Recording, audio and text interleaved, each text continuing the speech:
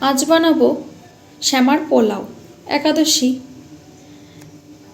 তার জন্য দেখা যাক কি কি উপকরণ লাগে। এই দেখুন, এই যে শ্যামা নিয়েছি এক বাটি। দেখুন একদম দেখতে ছোট দানা, এই দেখুন।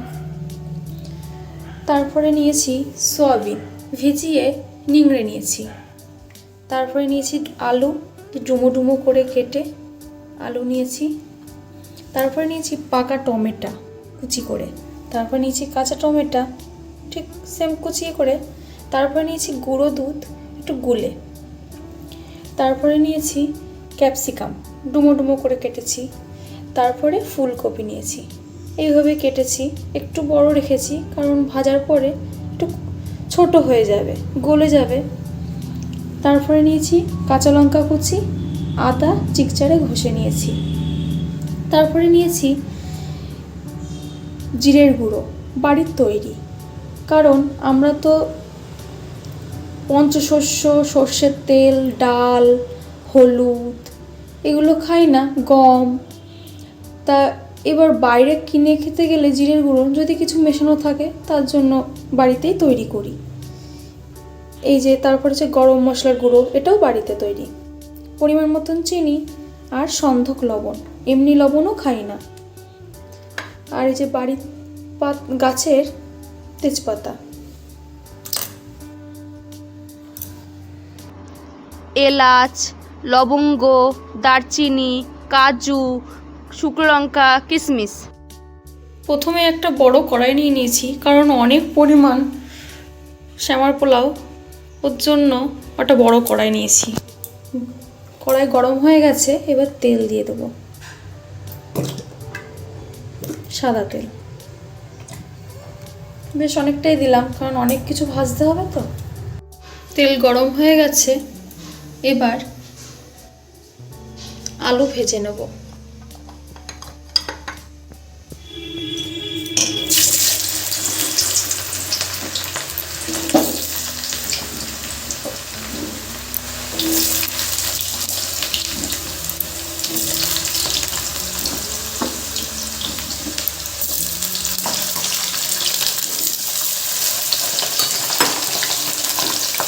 আলুটা লাল লাল করে ভেজে নেব।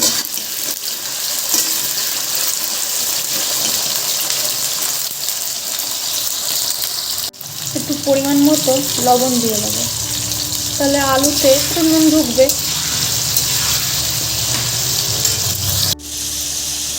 এবার আলু লাল করে ভাজা হয়ে গেছে, এবার তুলে ফেলবো। এবার ভাজবো ফুলকপি।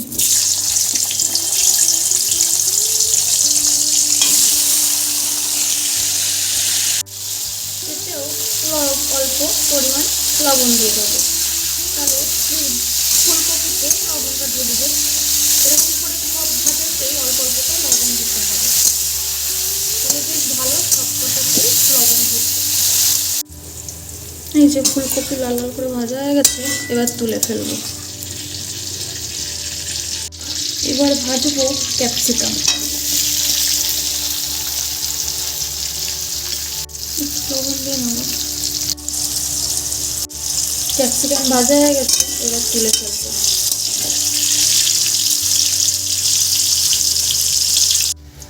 এবার ভাজবো সয়াবিন।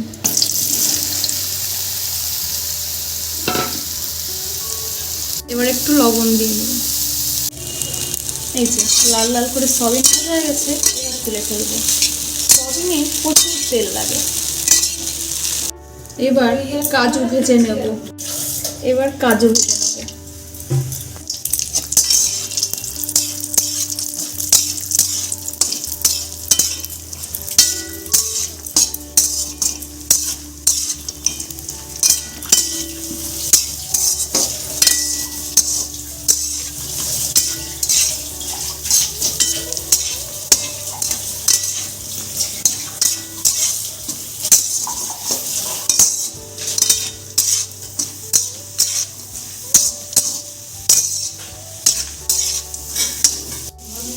কাজু লাল লাল করে ভাজা হয়ে গেছে, এবার তুলে ফেলবো। এবার কিশমিশ ভেজে নেব।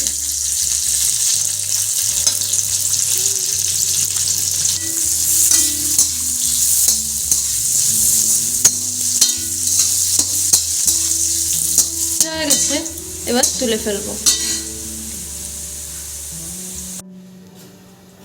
এবার কাঁচা টমেটো ভাজা।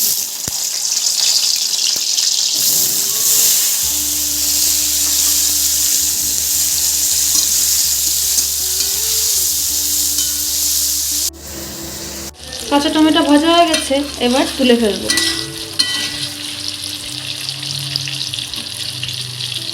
এক এক করে সব ভাজা হয়ে গেছে, এবার ফোড়ন দেবো। শুকনো লঙ্কা, দুটো গরম মশলা, তেজপাতা।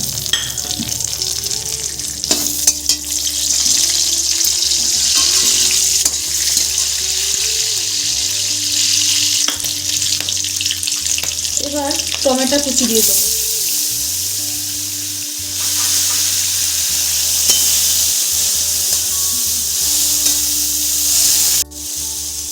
এবার লঙ্কা কুচি দিয়ে দেবো।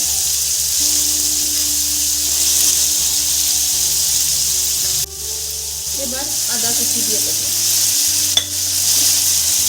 আদা পিকচারের ভর্তা। ঝালটা আপনাদের মন মতন দেবেন। আমাদের অনেক লোক তো অনেক পরিমাণে করতে হচ্ছে, ওই জন্য এতটা ঝাল। এবার দেবো ধুয়ে রাখা শ্যামা, নেড়ে ছেড়ে নেবো। জিরের গুঁড়ো, গরম মশলার গুঁড়ো, চিনি পরিমাণ মতো, লবণ। এবার ঘি দিয়ে দেবো একটু। এবার দিয়ে দেবো ভাজা সেই সবজিগুলো।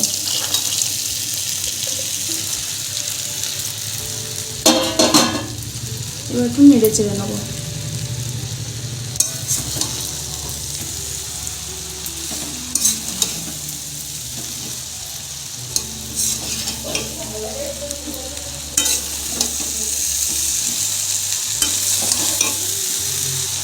এবার দিয়ে দেবো ওই গুঁড়ো দুধটা, জলে গুলে রেখে দিয়েছিলাম, সেই দুধটা দিয়ে দেবো।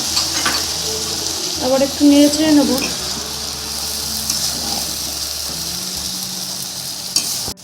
এবার আগে করে রেখে দিয়েছিলাম গরম জল, সেটা দিয়ে দেবো।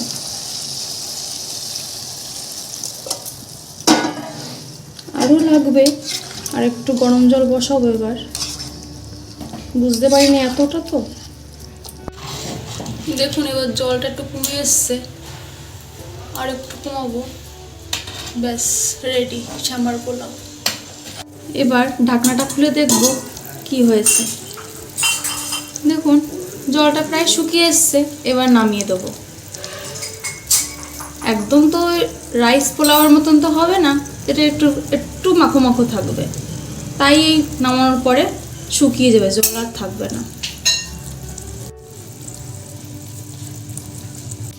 হয়ে গেছে রেডি। এবার দেব,